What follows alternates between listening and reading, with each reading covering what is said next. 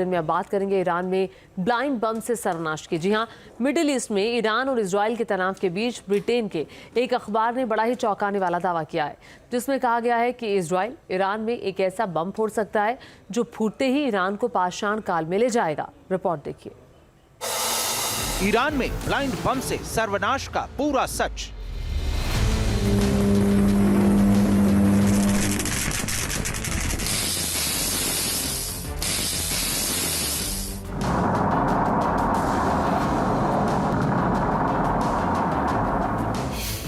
Khamenei का atom bomb fuse हो जाएगा।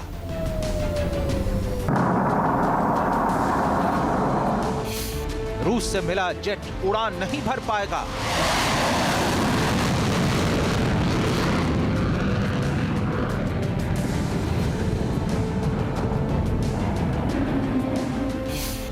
मिसाइल साइलो का कोड जैम हो जाएगा।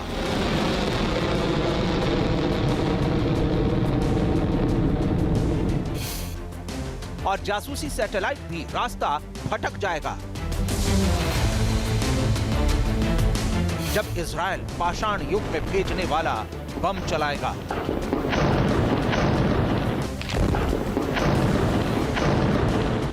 जी हां, दावा किया जा रहा है कि ईरान से बदला लेने के लिए इजराइल एक ऐसा बम फोड़ सकता है जो तेहरान को 200 साल पीछे ले जाएगा। दावा किया जा रहा है कि आज तक दुनिया में इस बम का इस्तेमाल नहीं किया गया।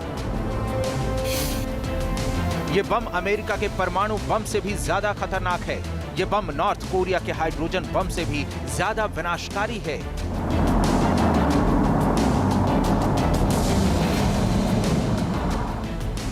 बताया जा रहा है कि इजराइल के इस बम से एक भी ईरानी नागरिक की फौरन मौत नहीं होगी, मगर ये बम एक ही झटके में ईरान को घनघोर अंधकार में धकेल देगा, जिसके बाद ईरान की 9 करोड़ की आबादी तिल तिल कर मरने को मजबूर हो जाएगी।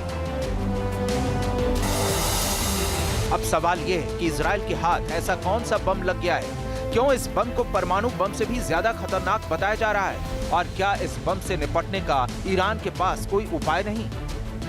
तो बड़े ध्यान से देखते रहिए। ब्रिटिश अखबार द संडे टाइम्स के मुताबिक इजराइल ईरान पर 1 हफ्ते के भीतर इंतकामी हमला कर सकता है और इसके लिए वो इलेक्ट्रोमैग्नेटिक बम यानी EMP दागने का प्लान बना रहा है। इलेक्ट्रोमैग्नेटिक बम के बारे में दावा किया जाता है कि ये इतना खतरनाक होता है जो दुश्मन को सदियों तक संभलने का मौका नहीं देता। एक उदाहरण के तौर पर जब 6 अगस्त 1945 को अमेरिका ने जापान के हिरोशिमा शहर पर एटम बम गिराया था, तो उस शहर को फिर से खड़ा करने में करीब 50 साल का वक्त लग गया। मतलब परमाणु बम भी किसी शहर को सिर्फ 100 साल के लिए बर्बाद करता है, मगर इलेक्ट्रोमैग्नेटिक बम 200 साल तक संभलने का मौका नहीं देगा। दरअसल इजराइल के जिस बम के बारे में ब्रिटिश न्यूज़पेपर ने दावा किया है, उस बम का इस्तेमाल सिर्फ एक बार ट्रायल के तौर पर अमेरिका ने किया था, जब उसने इस बम को गिराकर इराक के एक टीवी नेटवर्क को ठप कर दिया था। इसके बाद वो टीवी चैनल कभी ब्रॉडकास्ट नहीं कर पाया। बम के नुकसान को देखते हुए अमेरिका ने फिर कभी भी इस बम का इस्तेमाल नहीं किया।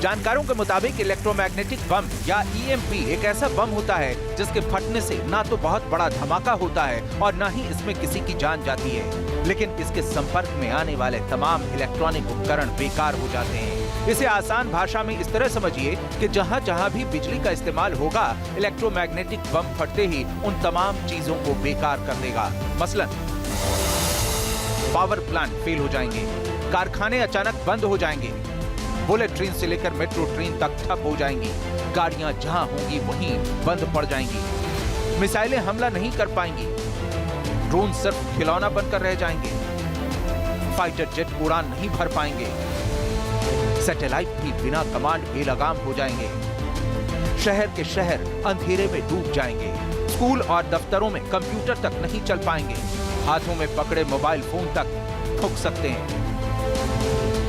सोच कर देखिए, अगर सिर्फ 1 घंटे के लिए भी ये सब ठप हो जाए तो कोई देश किस तरह घुटनों पर आ सकता है। मगर इलेक्ट्रोमैग्नेटिक बम का असर सिर्फ 1 घंटे तक नहीं रहता, बल्कि दावा किया जाता है कि इसका नुकसान स्थायी होता है। यानी अगर एक बार इसने बिजली बनाने के प्लांट को खराब कर दिया तो फिर उसे बिना उपकरण बदले दोबारा शुरू नहीं किया जा सकता है, और ऐसा होने में महीनों या सालों का वक्त लग सकता है। जानकारों के मुताबिक इलेक्ट्रोमैग्नेटिक बम जमीन पर फटते ही इससे रेडिएशन निकलती है। ये इलेक्ट्रोमैग्नेटिक रेडिएशन इतनी तेजी से फैलती है कि इसके दायरे में आने वाले तमाम गैजेट्स को ये बेकार कर देती है। दावा है कि इसका रेडिएशन 1 नैनोसेकंड से भी 1000 गुना तेजी से फैलता है। माना जाता है कि जब अमेरिका ने इस बम का आविष्कार किया था तो इसका मकसद दुश्मन के हथियारों को बेकार करना था। यानी इसका इस्तेमाल दुश्मन के हथियार डिपो या मिसाइल साइलो और फाइटर जेट हैंगर्स की जगह पर किया जाना था।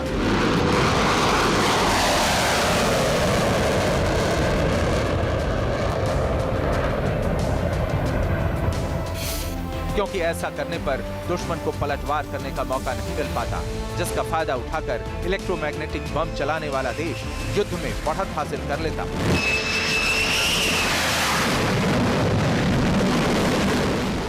मगर जब वैज्ञानिकों ने इस बम के दुरुपयोग के बारे में डेटा इकट्ठा किया तो पाया कि इस बम का असर सोच से भी ज्यादा भयानक हो सकता है। अब सवाल यह है कि जब इलेक्ट्रोमैग्नेटिक बम इतना खतरनाक है तो फिर इजराइल इसका इस्तेमाल करने के बारे में क्यों सोच रहा है? तो इसकी वजह है कि इजराइल के वजूद पर पैदा हुआ संकट। दरअसल पिछले 1 दशक में ईरान न केवल बहुत बड़ी मिसाइल और ड्रोन पावर बनकर उभरा है, बल्कि उस पर न्यूक्लियर बम बनाने का भी शक है। ऐसे में जिस तरह ईरान के मिसाइल हमले के बाद इजराइल से तनाव बढ़ा है, उससे यह तय है कि इजराइल ईरान को तबाह के बिना मानेगा नहीं। ईरान पर इलेक्ट्रोमैग्नेटिक बम से हमले की रिपोर्ट इसलिए भी सही लगती है क्योंकि इजराइल के रक्षा मंत्री योव गैलेंट पहले ही साफ कर चुके हैं कि मिडिल ईस्ट में ईरान और इजराइल एक साथ नहीं रह सकते हैं।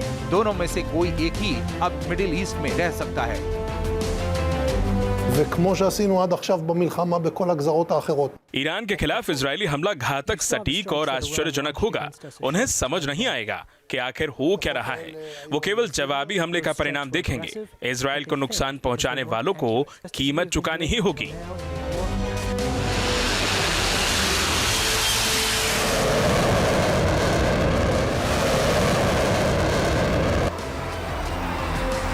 हालांकि पहले अटकलें लगाई जा रही थी कि इजराइल ईरान से 2 तरीके से बदला ले सकता है। नंबर 1, ईरान के न्यूक्लियर साइट पर हमला कर दे, या नंबर 2, ईरान के शहरों पर न्यूक्लियर बम गिरा दे। पक्की खबर है कि अमेरिका ने इजराइल को ये दोनों ही तरीके चुनने से मना कर दिया है, क्योंकि अगर इजराइल न्यूक्लियर हथियारों का इस्तेमाल करता है या ईरान के न्यूक्लियर साइट पर हमला करता है तो इससे इजराइल को तमाम तरह के प्रतिबंध झेलने पड़ सकते हैं। मुमकिन ये भी है कि अमेरिका उसका साथ छोड़कर चला जाए। साफ है कि अगर अमेरिका इजराइल का साथ छोड़ गया तो फिर इजराइल के लिए मिडिल ईस्ट में ईरान से फिरना मुश्किल हो जाएगा, क्योंकि दुनिया जानती है कि इजराइल तो सिर्फ मोहरा भर है, उसके पीछे जो ताकत है वो अमेरिका की है। यही वजह है कि इजराइल एक ऐसा तरीका अपनाना चाहता है जिससे सांप भी मर जाए और लाठी भी न टूटे। इलेक्ट्रोमैग्नेटिक बम इस कसौटी पर 100% खरा उतरता है। टीएमटी वेपन्स के लिए सबसे इंटरेस्टिंग चीज ये है कि डायरेक्टली भले ही ये किसी की जान ना ले, लेकिन इनडायरेक्टली हजारों जिंदगियों को एक झटके में प्रभावित कर देता है। उदाहरण के तौर पर अगर किसी एक शहर के ऊपर इसका एक्सप्लोजन किया जाए तो उस शहर के तमाम इलेक्ट्रिकल, इलेक्ट्रॉनिक्स और कम्युनिकेशन सिस्टम्स बंद हो जाएंगे, एक झटके में जीरो हो जाए। एक ऐसा बॉम्ब जो कि आपके आसपास के तमाम इलेक्ट्रिकल, इलेक्ट्रॉनिक्स और कम्युनिकेशन सिस्टम्स को पूरी तरह से बंद कर देता है। अब आज की दुनिया में बिना बिजली की सप्लाई के, बिना इलेक्ट्रॉनिक इक्विपमेंट के, बिना जीपीएस के, बिना कम्युनिकेशन नेटवर्क के आप रह ही नहीं सकते। अगर आप सर्वाइव भी कर जाते हैं तो आप पूरी दुनिया से कट जाएंगे, और इस कंडीशन में आपको नष्ट करना दुश्मन के लिए बेहद आसान हो जाएगा। दावा किया जा रहा है कि 1 अक्टूबर को जब ईरान ने इजराइल पर 200 मिसाइलें दागी थी, तब इजराइल ने अपने डिफेंस सिस्टम के साथ साथ जैमिंग सिस्टम भी एक्टिवेट कर दिया था, जिससे ईरान की बहुत सारी मिसाइलें जैम होकर रास्ता भटक गई थी।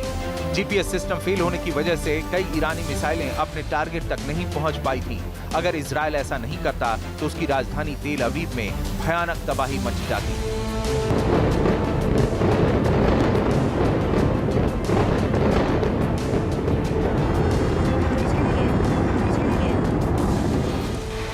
जानकारी के मुताबिक बदले की आग में जल रहा इजराइल ईरान पर 2 तरफा हमला करने के प्लान बना रहा है।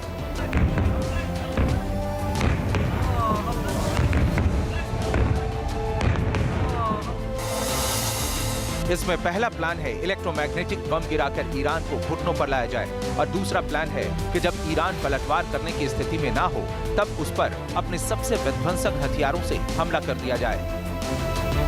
वर्तमान परिस्थिति में इजराइल के पास ये टेक्नोलॉजी है कि वो EMP वेपन्स का इस्तेमाल करे।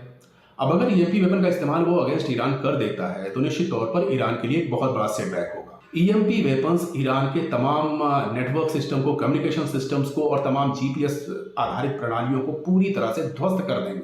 यानी कि फॉलो अप के तौर पर अगर इजराइल को छोटे मोटे स्ट्राइक्स भी कर दे तो ईरान पूरी तरह से घुटनों पर आ सकता है। ईरान को ये देखना होगा कि इस तरह के हमलों से वो अपने आप को कैसे बचाए, क्योंकि इनका इस्तेमाल आज तक दुनिया में कभी नहीं हुआ है। तो ये कहना भी बहुत मुश्किल है कि इनसे बचाव का रास्ता क्या हो सकता है। इजरायली हथियारों का लोहा पूरी दुनिया मानती है। इजराइल के सैन्य बेड़े में कई ऐसे खौफनाक हथियार हैं जिनका इस्तेमाल अमेरिका भी करता है, लेकिन खबर है कि ईरान के पक्के इलाज के लिए इजराइल ने 5 ऐसे हथियारों का चुनाव किया है जिसका तोड़ ईरान के पास फिलहाल नहीं है।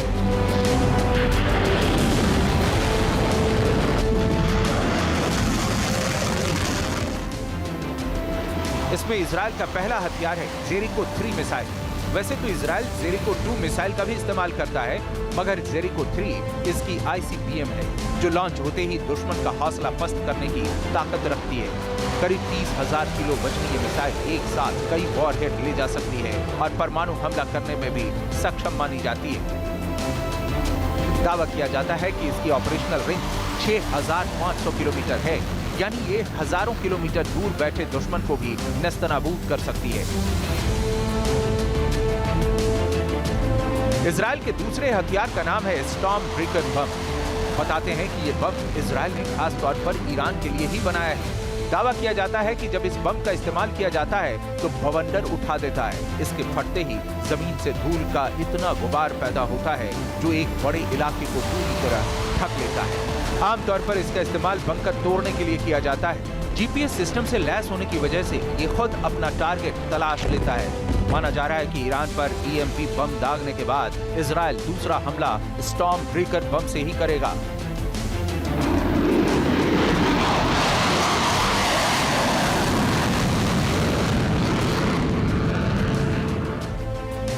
इजराइल के तीसरे हथियार का नाम है आयरन बीम। इजराइल ने अपने इस हथियार का परीक्षण हाल ही में किया है, जिसकी मदद से वो किसी भी हवाई टारगेट को पल भर में नष्ट कर सकता है।